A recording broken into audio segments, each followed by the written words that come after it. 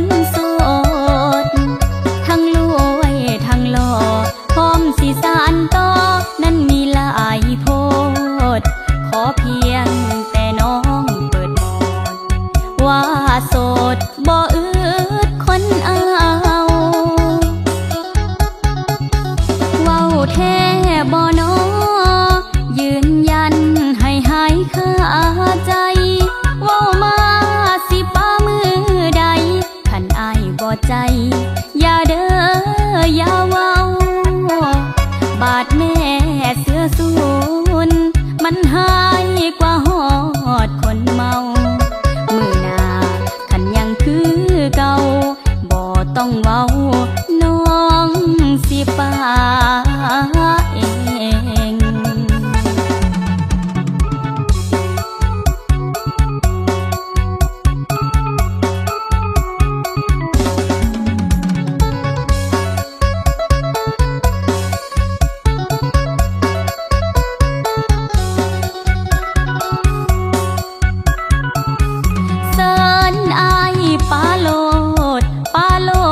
สิเอาผัวใหม่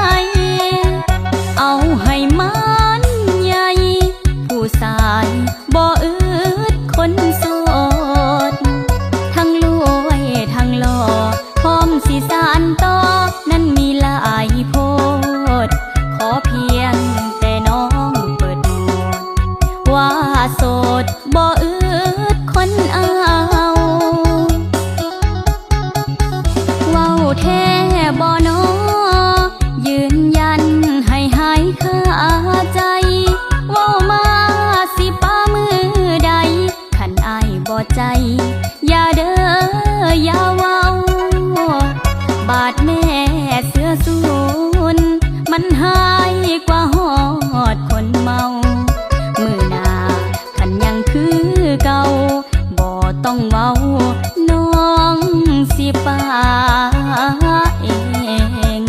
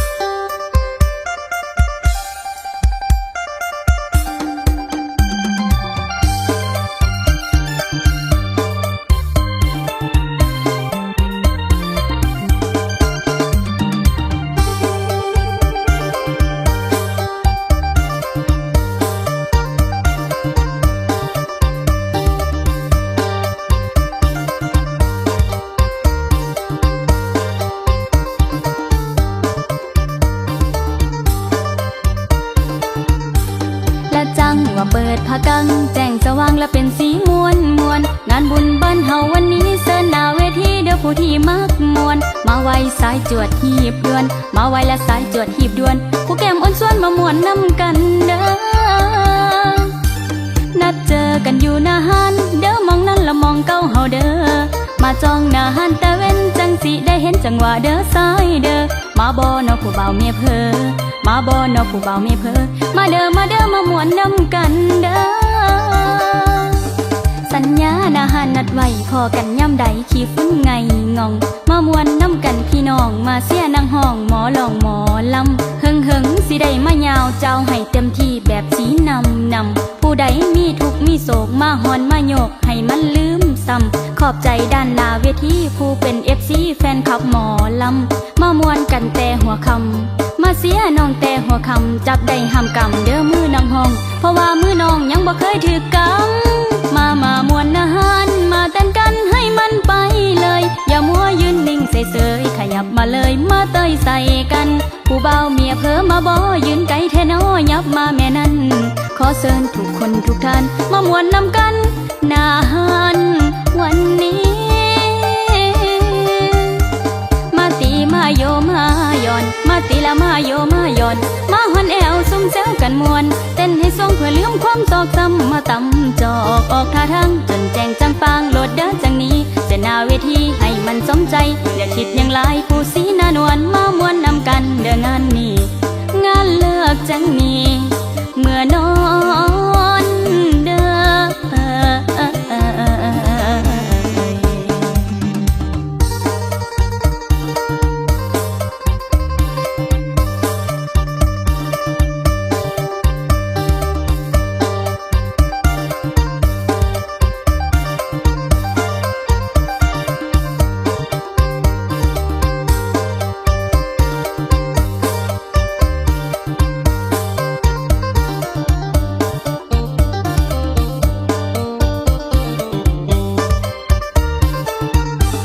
สัญญาหน้าห้านนัดไว้พอกันย่ำใดขี้ฟุ้นไงงองมามวนนำกันพี่น้องมาเสียนางห้องหมอลองหมอลำหึงสิได้มายาวเจ้าให้เต็มที่แบบสีน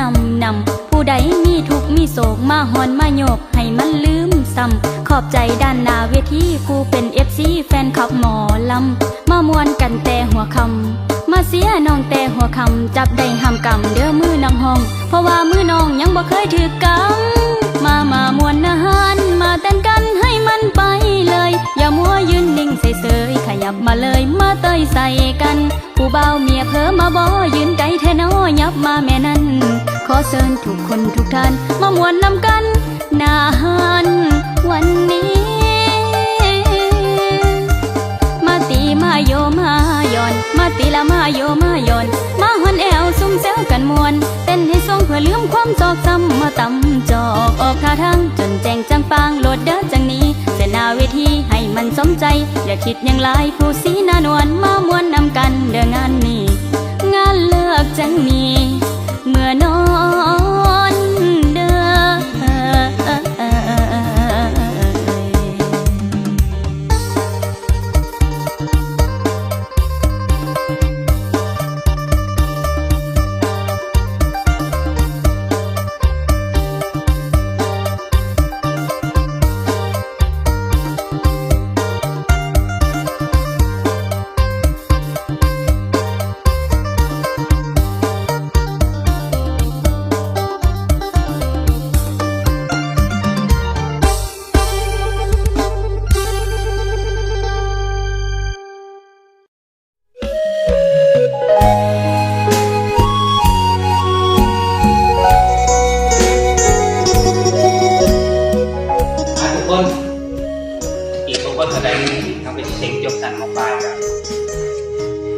มาสัญญาใจกันเป็นหมู่กันตลอดไปเลยทุกคนมาได้แหละ ก็ดีเลยเนาะเพราะว่าพวกเฮาก็สิได้เป็นหมู่กันตลอดไป ท่านเอามาสัญญาใจกันสัญญาใจกันว่าเอาจะเป็นหมู่กันตลอดไปแม่นถ้าว่าผู้ใดที่ว่าได้ไปเฮียนเนาะหรือว่าได้เป็นเจ้าเป็นนายก็อย่าลืมกันเด้อ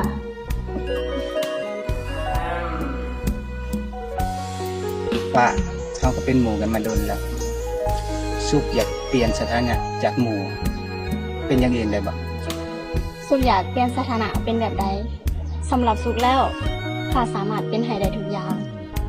อยากขอเปลี่ยนจากหมู่เป็นคนที่สำคัญตลอดชีวิตได้บ่ ได้ สัญญา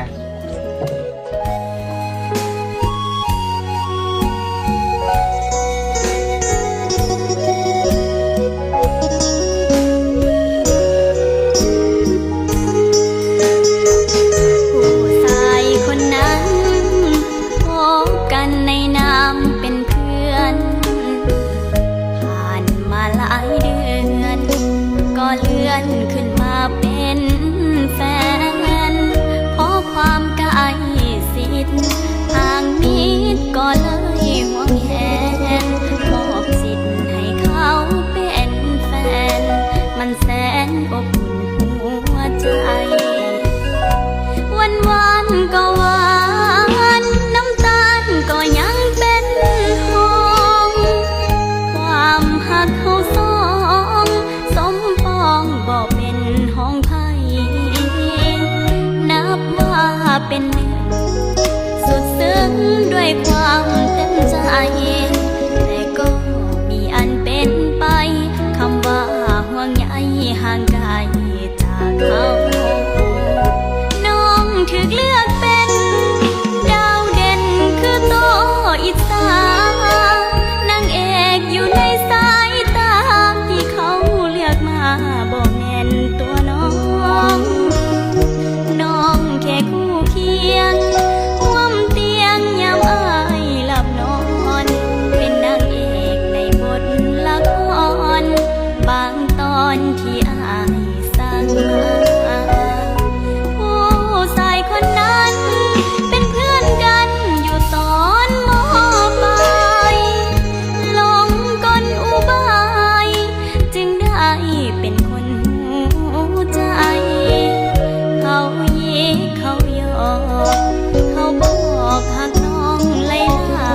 ยๆก็เลยให้เขาของใจ บัดคนสุดท้ายอายเห็นได้ลอง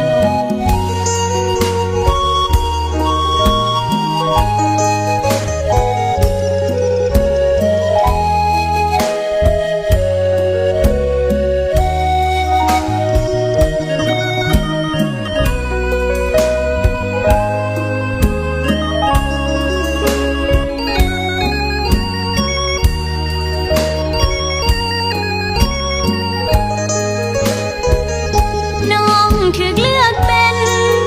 ดาวเด่นคือโตอิสานางเอกอยู่ในสายตาที่เขาเลือกมาบ่แม่นตัวน้อง น้องแค่คู่เคียงร่วมเตียงยามอายหลับนอน เป็นนางเอกในบทละครบางตอนที่อายสร้างมา ผู้ชายคนนั้นเป็นเพื่อนกันอยู่ตอนม.ปลายหลงกลอุบายจึงได้เป็นคนหูใจ เขายิกเขาหยอกเขาบอกหักน้องหลายๆก็เลยให้เขาของใจ บัดคนสุดท้ายอายเฮ็ดได้ลอง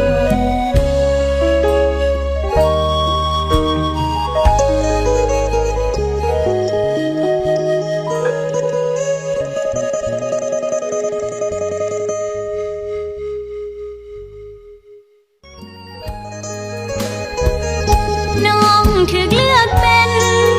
ดาวเด่นคือโตอิสานางเอกอยู่ในสายตาที่เขาเลือกมาบ่แม่นตัวน้อง น้องแค่คู่เคียงร่วมเตียงยามอายหลับนอน เป็นนางเอกในบทละครบางตอนที่อายสร้างมา น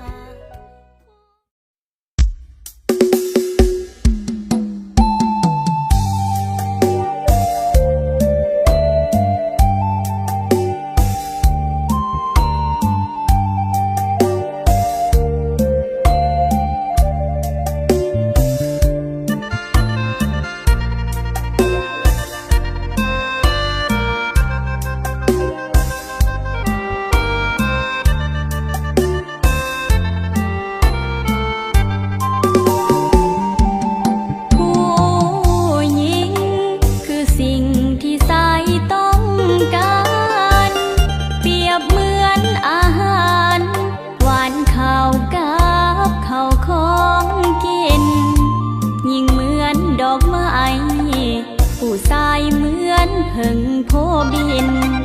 นิสัยจากแต่หูกินอิ่มแล้วก็แซวนี้ลาดังอายอยากได้แต่ยามต้องการหมดความสำคัญ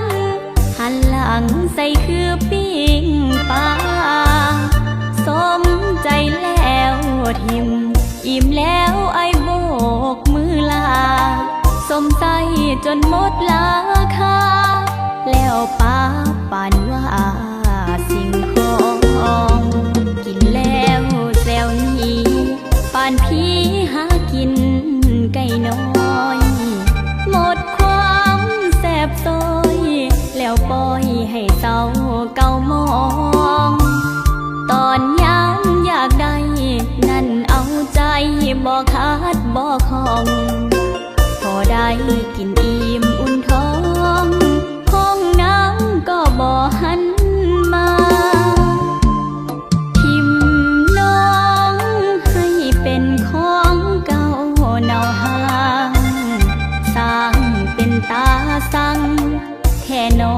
ผู้ชายนี่นาจากแต่อยากได้สงสัยแล้วบ่เห็นค่าดังอายเหตุกับน้องนะมาตัวกินแล้ว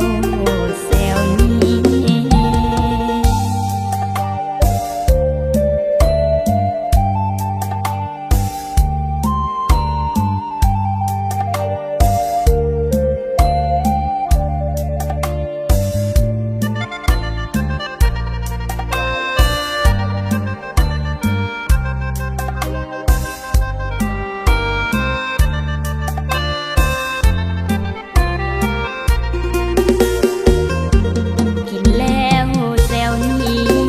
ปานพี่หากินไก่น้อยหมดความแสบซอยแล้วปล่อยให้เศร้าเก่ามองตอนย้ำอยากได้นั่นเอาใจบ่ขาดบ่ของพอได้กินอิ่มอุ่นท้องห้องน้ำก็บ่หันมาเป็นของเก่าเนาห่างสร้างเป็นตาสั่งแท่นอผู้ชายนี่นาจากแต่อยากได้สงสัยแล้วบ่เห็นค่าดังอายเหตุกับน้องนะมาตัวกินแล้วแซวนี้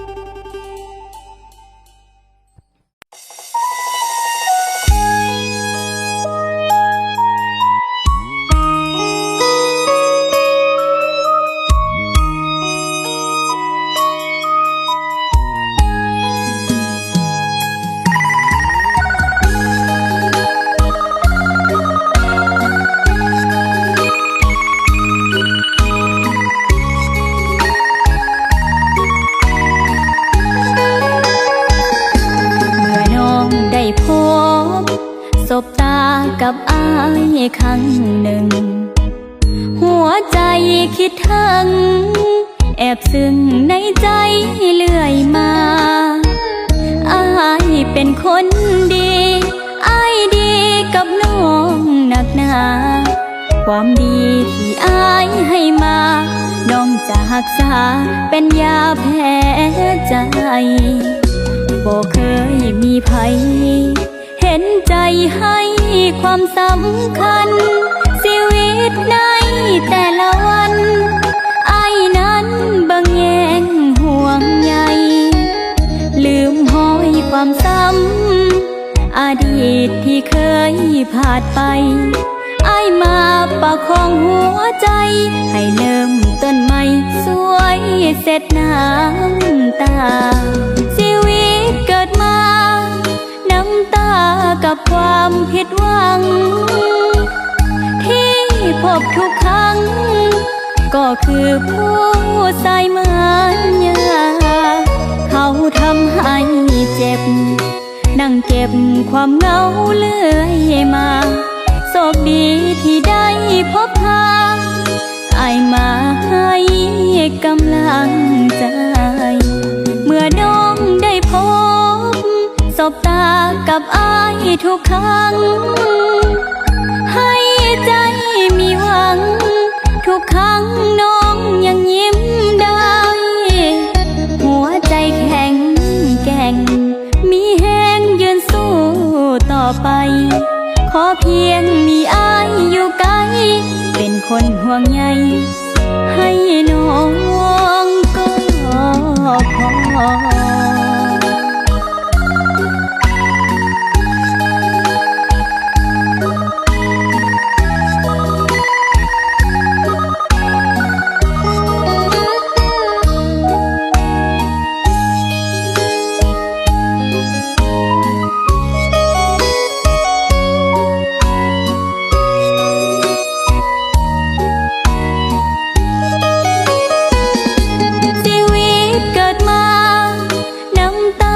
กับความผิดหวังที่พบทุกครั้งก็คือผู้ใส่เหมือนยาเขาทำให้เจ็บนั่งเก็บความเหงาเลื่อยมาโชคดีที่ได้พบพาอ้ายมาให้กำลังใจเมื่อน้องได้พบสบตากับอ้ายทุกครั้งให้ใจมีหวังทุกครั้งน้องยังยิ้มได้หัวใจแข็งแกร่งมีแห้งยืนสู้ต่อไปขอเพียงมีอ้ายอยู่ใกล้เป็นคนห่วงใยให้น้อง